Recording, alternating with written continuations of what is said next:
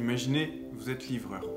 Je vous propose un contrat où plus vous distribuez de colis en une journée, plus vous gagnez d'argent. Vous allez vous organiser pour distribuer un maximum de colis par journée, quitte à les déposer dans des points relais si les clients sont absents. Et ce, même si je vous dis que c'est important de les remettre en main propre.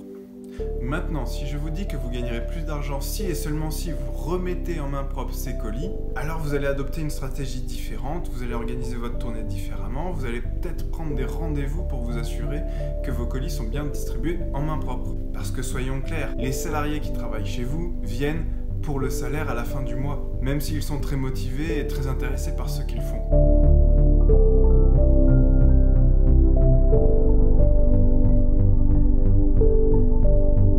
J'ai quelques questions pour vous. Quels sont les objectifs fixés au management sur votre site qui leur permettent d'obtenir la prime à la fin de l'année? Est-ce que ces objectifs sont bien alignés avec une volonté de déployer une culture de la qualité sur le site? Est-ce que tout le management du site a un bonus lié à un comportement qui favorise la qualité? Tout le management, pas que l'équipe AQ.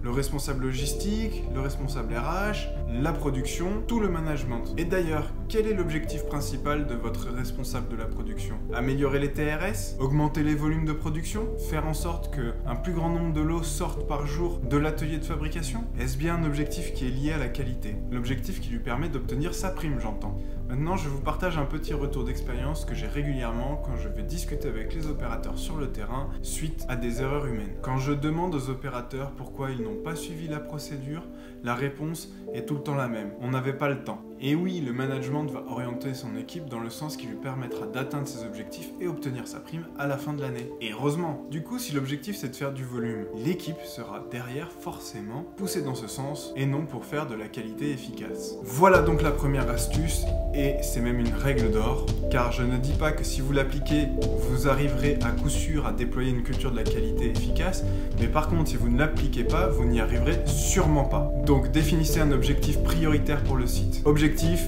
lié à la qualité. Le seul objectif prioritaire, les autres seront secondaires. Identifiez-le comme prioritaire.